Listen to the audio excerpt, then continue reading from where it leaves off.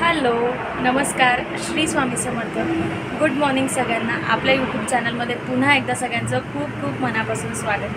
तर आजचा दिवस आहे हरतालिकेचा दिवस आणि आजच्या ब्लॉगमध्ये आपण बघणार आहोत मी हरतालिकेची पूजा घरच्या घरी कशी करते. तर दरवर्षी मी पूजेचे व्हिडिओज तुम्हाला दाखवत असते, पण यावर्षी ठरवलं की चला म्हटलं ब्लॉग करूया. या ब्लॉगमध्ये मी तुम्हाला हरतालिकेची पूजा दाखवणार आहे. त्याचबरोबर यावर्षी पहिल्यांदाच गणपती बाप्पा मूर्ती स्वरूपात आमच्याकडे येणार आहेत. तर बाप्पा येणार आहे, तर बाप्पांच्या आगमनाची तयारीसुद्धा आम्ही करणार आहोत.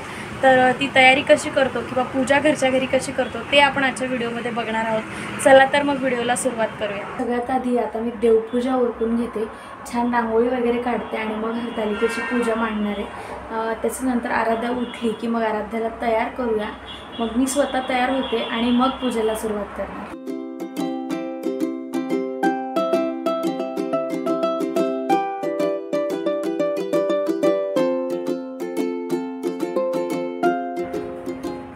देवपूजा आता मी एकदम साधीच देवपूजा करणार आहे, कारण देव मी कालच उजळवून घेतले, म्हणजे अगदी पूर्ण देवघर कालच स्वच्छ करून घेतले. तर आता फक्त दिवा आणि दूध करते आणि मग त्याच्यानंतर पूजेची मांडणी करते.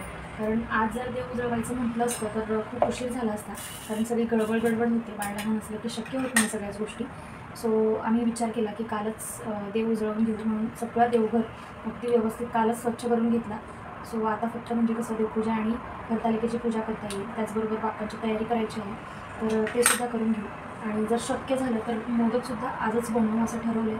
तर बघूया आता टाईम कसा मॅनेज होतो.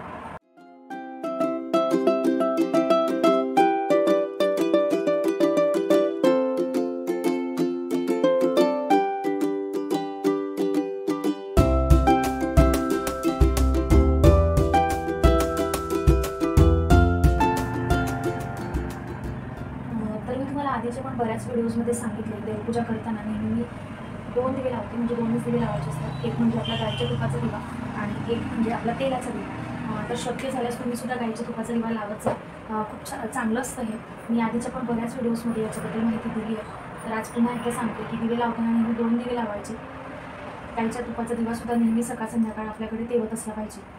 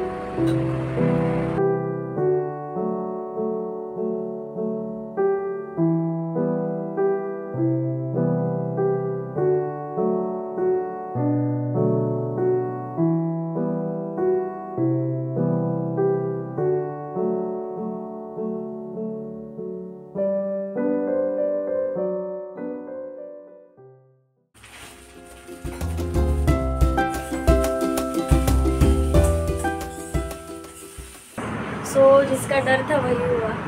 मी ठरवलं होतं की आराध्या उठण्याआधी पूजा करून घेऊया, पण मध्येच आराध्या उठली. सो आता पूजेची मांडणी काही शक्य नाही आहे. आता सगळं काही तिचं आवरून घेते. तिचं आवरून झाल्यानंतर मगच पूजेची मांडणी करणार आणि मग पूजा करणार. आता ऑलरेडी 11 वाजलेले आहेत, 11 वाजून गेलेत आणि अजून पूजा वगैरे सगळंच बाकी आहे. सो बघूया कसं काय होतं आहे. तर आता पूजेचं बऱ्यापैकी सामान मी काढलं आहे. आता तांब्या पितळाची जी माझी भांडी आहेत ती काढते. तर भांडीसुद्धा जसं मी तुम्हाला सांगितलं, मी कालच धुवून ठेवली होती.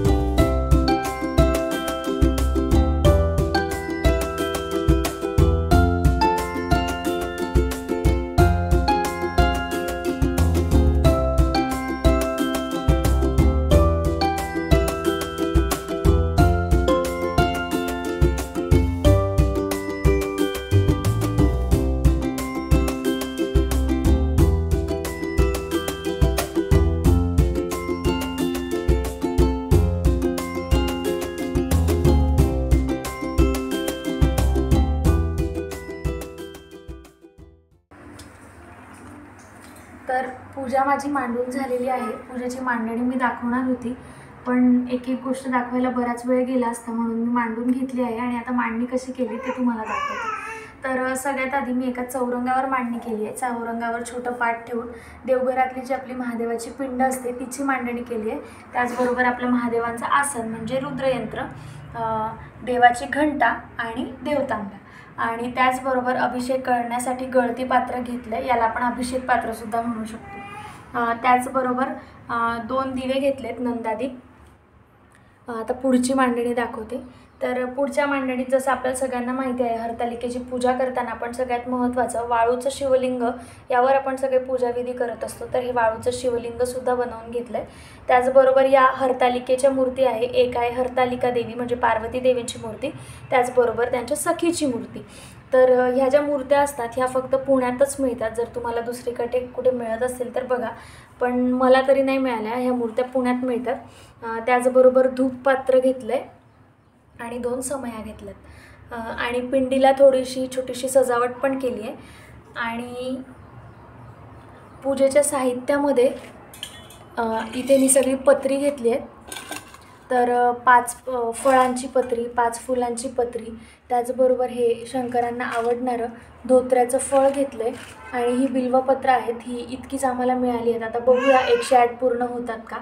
त्याचबरोबर पूजेसाठी फुलं घेतली आहेत आणि ही आपली बेसिक पूजेची थाळी आहे, ज्याच्यात कापूर, हळद, कुंकू, अक्षता, पार्वती मातेंसाठी सौभाग्य अलंकार घेतलेत, महादेवांसाठी कापसाची वस्त्र, हे दूध आहे, हे बिना गरम केलेलं कच्चं दूध आहे, प्रसादासाठी फळं घेतलेत आणि अभिषेकासाठी पाणी घेतले. तर ही सगळी बेसिक तयारी आता आमची झालेली आहे. तयारी करून घेतली, पूजा मांडून घेतली. आता मी पण तयार होते, आराध्याला तयार करते आणि त्याच्यानंतर मग आम्ही सगळेजण मिळून पूजा करू. फायनली आराध्याला झोपी लावलं आणि मी आता तयार झाली आहे पूजा करण्यासाठी. तर हा आहे माझा पूजेचा लूक. अगदी सिंपल अशी साडी घातली आहे, कारण जर आराध्या उठली मध्येच तर आराध्याला फीड करावं लागेल. सो नरम अशी साडी घातली. उद्या बघू, गणपती आगमनाच्या वेळेस जर जमलं तर दुसरी साडी नेसेल. तर अशा प्रकारे छान अशी तयारी केली आहे, सिंपल अशी. तुम्हाला पूजासुद्धा दाखवते, एक वेळा पूजेची मांडणी दाखवते. मांडणी कशी झाली आहे ते पण आपण बघूया आणि मग लगेचच पूजेला सुरुवात करूया. तर यावर्षी माझ्या सासूबाईसुद्धा आहेत माझ्यासोबत पूजा करायला. तर अशा प्रकारे साधीच अशी मांडणी केली आहे.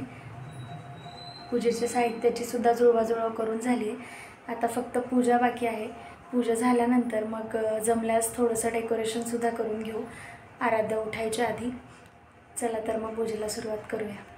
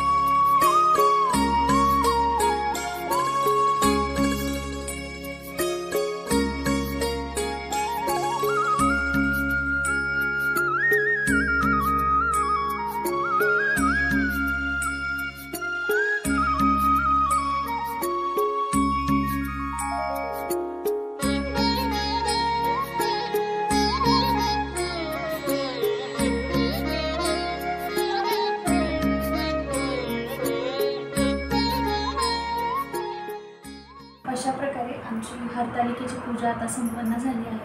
आता बाप्पाच्या आगमनाच्या तयारीला लागूया. मोदकसुद्धा आज जमलं तर बनवून घेणार आहोत, कारण की उद्या सकाळी सकाळी शक्य होणार नाही, कारण बाप्पांच्या आगमनाचा मुहूर्त जो आहे तो सकाळचा आहे, म्हणजे 11 वाजेपासून 1:30 वाजेपर्यंत. सो सगळी तयारी आजच करून घ्यायची आहे. तर उत्तर पूजा जी आहे या पूजेची ती आपण उद्या सकाळीच करणार आहोत, पण आता फक्त बाप्पाच्या आगमनाची तयारी करूया.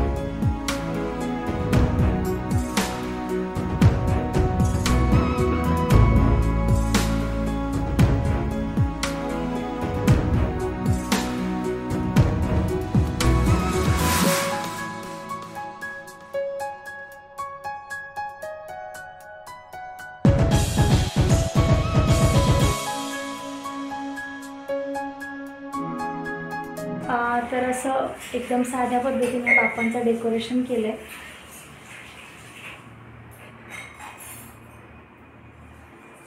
खूप कमी वस्तू आणि खूप साध्या पद्धतीने डेकोरेशन केलं यावर्षी. तर तुम्हाला डेकोरेशन कसं वाटलं ते सुद्धा आम्हाला कमेंटमध्ये नक्की कळवा. आणि आजचा व्लॉग हरतालिकेचा आणि गणपती बाप्पांच्या डेकोरेशनचा इथेच थांबवते. तर व्हिडिओ आणि ब्लॉग कसा वाटला ते सुद्धा आम्हाला कमेंटमध्ये नक्की कळवा. आणि जे मी तुम्हाला सांगितलं होतं की बाप्पांचे मोदकसुद्धा बनवणार आहे, तर ते माहीत नाही शक्य होतं की नाही आज, तर जमलंच तर उद्या सकाळी पहाटे बनवते. तर उद्याच्या ब्लॉगमध्ये शक्य झाल्यास मी तुम्हाला मोदक दाखवते आणि आमच्याकडे आम्ही बाप्पांचं आगमन कसं करतो ते सुद्धा मी तुम्हाला येणाऱ्या ब्लॉगमध्ये दाखवेल. तर आपल्या चॅनलला सबस्क्राईब करायला विसरू नका. पुन्हा भेटूया अशाच एका नवीन व्हिडिओसोबत. तोपर्यंत सगळ्यांना श्री स्वामी समर्थ.